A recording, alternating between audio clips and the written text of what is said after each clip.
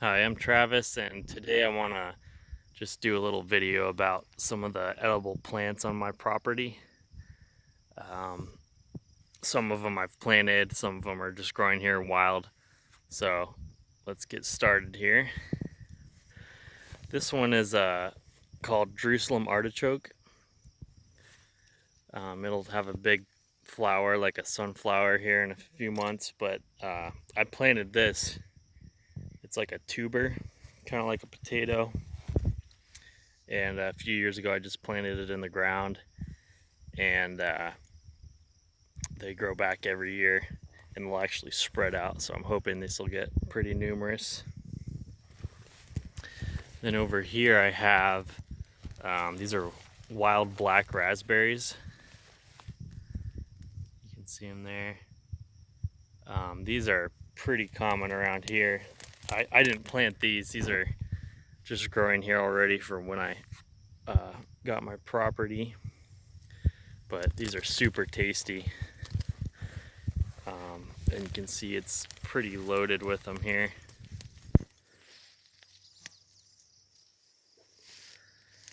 So that's definitely good to have on my property. And then over here we have, this is wild blue elderberry. You can see all the big white flowers. I actually have two huge bushes. This is one of them. But these will get, as you can see, pretty big. And the berries, they're all right to eat, but they're more of like a medicinal, and you can make like syrup for colds out of them. And they'll probably have berries on them in maybe about a month from now. They'll start getting some berries, and those will be blue. There's also a black variety and a red variety, but these ones are more of like a light blue. You can see there's the one big bush there, and then over here's the second bush. Pretty big bushes. And let's see, over here these are I think they're gooseberries of some sort, and these are growing wild on my property too. You can see it's got a good amount of gooseberries on it. They're either gooseberries or prickly currants. Both species are pretty closely related, but these got thorns on them.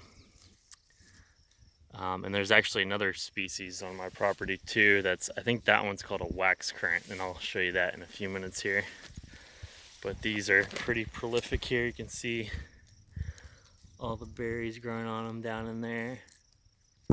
And yeah, this is another one that's just growing wild here in Idaho. Just spreads on its own, and it produces a crap load of berries. And you can see all of them in there. Most of them aren't ripe yet, but probably in a few weeks here they'll be ripe. Let's see, over here, I think there's a chestnut tree I planted over here. Oh, here's something pretty cool. This is wild mint. This just grows wild here. I'm not sure if this is a native species or just one that's gone feral from what people have planted in their yards, but if you smell it, yeah, that's definitely mint. Some sort of wild mint. Okay, and right over here, here's a little baby chestnut tree I planted down here.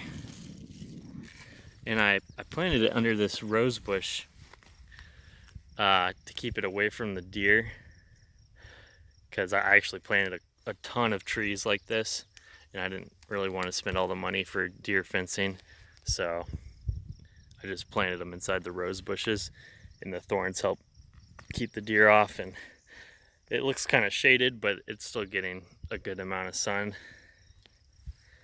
So there's that.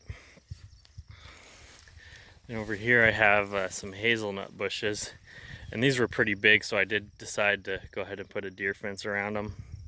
They've been here a few years, and you can see they're starting to sprout from the roots too, and these will be a big huge bush.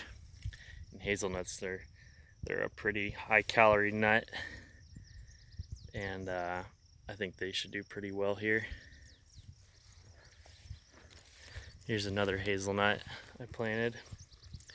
And these three here, that one, this one, and then this one over here, these are all common hazelnuts, which are a European species.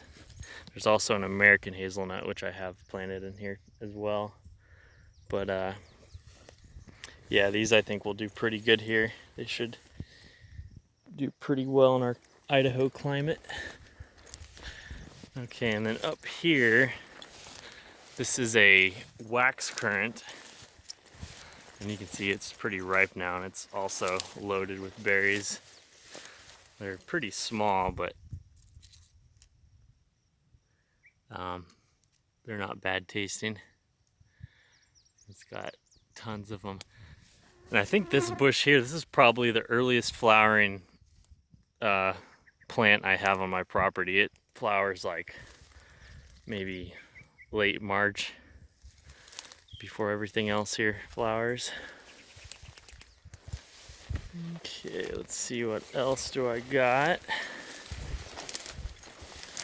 Over here, I have a lot of these on my property. This is a cherry plum tree, and this is like just a wild plum tree that's native to Asia, but a lot of people plant them in their yards, and then the birds, they eat the berries and spread them out everywhere. You can see there's one growing right there, and that'll be ripe in probably another month or so. But yeah, this one doesn't really have a lot on it, but I have some other ones that are just like completely loaded with these little plums on them, and they're really good tasting plums. There's a deer bed. Okay, let's see. Over here is one of my American chestnuts I planted, and it's actually growing pretty good right now. And this one I did cage. The deer really eat these like crazy, so I decided just to go ahead and cage it, because they'll eat the crap out of them. This one's actually doing really well. It's a little bit shaded here by this rose bush, but that's one of my better chestnuts I have growing. And yeah, that one I think I planted it as a little seedling, so it should do pretty well. Yeah, I think that's it for this area of my property. I have a pretty decent sized property, 7 acres, and if I went through the whole thing, tried to identify everything, it'd be a pretty long video, so I'm going to cut it off now. So hope you enjoyed, and yeah, it's fun to walk around and show you everything I have growing. So have a good one.